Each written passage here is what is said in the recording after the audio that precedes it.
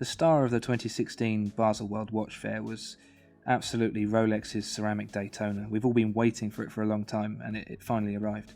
But sneaking under the radar a little bit was a new Yacht-Master release. That was the grey and blue dial 116622, which we have here today.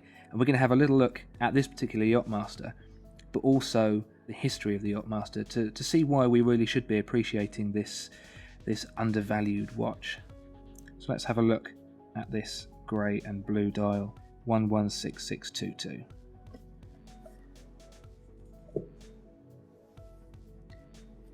Typical Rolex affair, it's all very understated. This plastic box in the cardboard outer sleeve. We open that up. So here we have it, the grey and blue dial 116622. And what we've got to compare is 2015's 116655. Another surprise release from Rolex that's really turned heads. So we're going to look at why people don't revere them quite as much as the rest of the Rolex brand, and potentially why we should give them a bit more credit than perhaps is given to them. The first Yacht-Master actually came about a lot earlier than you might think. In the 1960s, the Rolex Cosmograph was given a special edition, of which there are only around 3 today, which was called the Yacht-Master. And it was a chronograph. It had the exotic style Paul Newman dial, but with the addition of an Italian flag coloured trifecta around one of the subdials. So Rolex is known for reusing names, putting names to one side and digging them out again, and Yacht-Master is one of them. So Rolex revived the Yacht-Master name 30 years later for the 16628 Yacht-Master, which was launched in 1992, and that looked more like the one that you see here on the left. It was all in gold, and it was a very, very opulent piece. The rumour is that after the quartz crisis, Rolex decided that they wanted to remodel the Submariner to be a more luxurious piece, and that the Yacht-Master design was that reimagining. But at the last minute they changed their mind and kept the Submariner as the Submariner and made this new model, the Yacht-Master. That Yacht-Master was introduced with the caliber 3135, which is still in use today. It had the same triplock crown, the same date and diving bezel and oyster lock bracelet as the Submariner, but just with a reduced diving depth of 100 metres rather than 300 metres. So clearly inspired by the Submariner, clearly intended to sit alongside it, but as a more luxurious piece, as the name Yacht-Master implies. In 1999, we saw a Yacht-Master that was similar to this 116622, which was called the 16622 and was stainless steel like you see here with the platinum bezel, but also had a platinum dial which had a texture to it which was likened to the shimmering reflections of the Mediterranean Sea. That steel and platinum combination Rolex called Rolesium, which is presumably some combination of the word Rolex and platinum. In 2005, the addition of a steel and gold Yacht-Master was added, with the steel and gold being known as Rolex, which sounds to me like it's a combination of acier and or, which are French for steel and gold, Rolex. And that came with a mix of dials, blue, mother of pearl, etc. 2007 saw the release of the Yacht-Master 2, which is quite a different watch, and I think we'll leave that one for another day.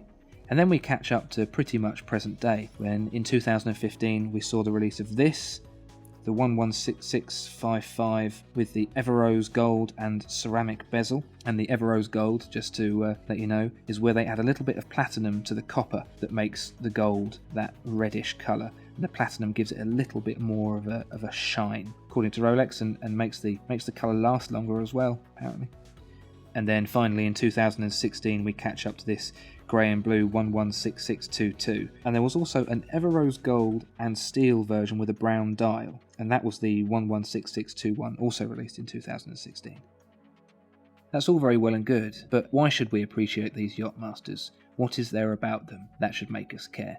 If we look at 2015's 116655 first, we'll have a look at some of the details. So, functionally very similar to the Submariner, with the only difference between it and this being 200 metres worth of water resistance, which 100 metres is more than enough if you want to splash around, have a swim around outside your yacht, which I'm assuming is who they're envisaging using this watch. We've got the introduction of a ceramic bezel here, which is one piece of black ceramic, partly matte finish, partly polished on the numbers. If you take a closer look at the dial, you'll see there are nice little details like the gilt logo at the top of the dial here and the red branding for Yacht-Master, which is very reminiscent of vintage Submariners, some of the earliest vintage Submariners. And one of the surprisingly nice details about this watch is the rubber strap. Unusual to be quite so excited about a rubber strap. There are many brands that have them and there's nothing particularly special about them, but Rolex have really gone to town to make this quite something. You can see there are sections on the inside of the rubber strap which hug the wrist and compress against it so you don't get the watch slipping around your wrist. And it's actually termed as a bracelet by Rolex because within the rubber itself is a flexible metal band just to add that extra rigidity and comfort. So this is a really interesting take on a luxury sports watch, rubber bracelet, black dial, black bezel, but rose gold case. So if we now take a look at this year's 116622, we can see a sunburst dial similar to 2012's cobalt blue dial with blue accents, subtle blue accents on the second hand and on the naming Yacht-Master. We last saw this coloration on the 2015 Datejust, which as well as the cobalt blue and grape purple also came with this grey and blue dial as well. It's a subtle finish, but it's nice. It's nice to have that little bit of colour. The bracelet remains the same. It has the flip lock clasp with the spring release. Very solid, very nicely made, a long way from early Rolex clasps which were quite tinny. Clicks together very nicely, feels very secure. And overall, for a Yacht-Master, what's poised as a luxury watch with its polished case and polished centre links, curved edges on the case sides here, it's actually a surprisingly subtle watch. It wears very, very nicely, slips under a cuff. And at 40mm, it's actually on the smaller side for a lot of modern watches. It's also nice and thin compared to a lot of watches as well. If I bring the 116655 back into play, these both have the caliber 3135, which you may remember from earlier being the caliber that the Yacht-Master was originally launched with in 1992. There have been some upgrades, including the parachrome blue hairspring, which is an alloy of niobium and zirconium, which have been spun into a very fine strand to give an anti-magnetic hairspring, so you get better accuracy and you get the anti-magnetic properties as well, so you don't lose time if your watch gets too close to a magnet. So where the zirconium is used in the alloy as an anti-corrosive agent, the niobium is actually a material that's used in superconducting magnets, which seems counterintuitive, but it works for Rolex.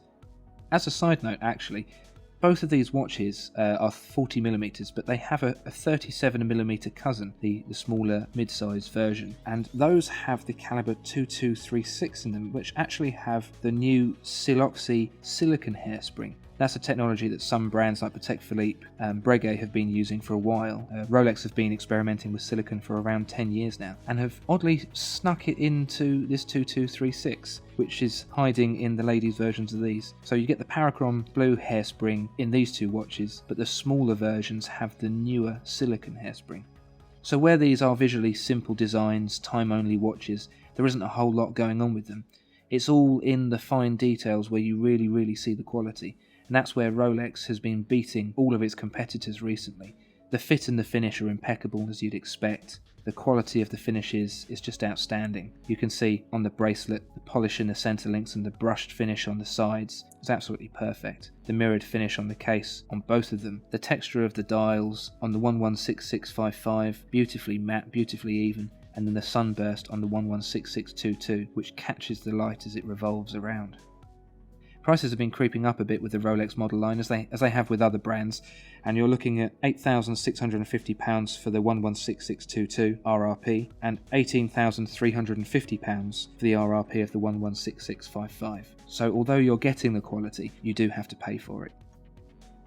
So if we think back to 1992's Yacht-Master, all in yellow gold, very 80s, very brash, the design really has matured now with the sporty rubber strap and the delicate ever rose gold and the ceramic black finish versus this grey and blue dial, subtle but with a sunburst just to catch the light there. These are two watches that have really come a long way and should start showing up on more watch collectors' radars because of it. So rather than having the same old Submariner as everyone else, you can have something a bit more unique, bit more interesting, more colour and style.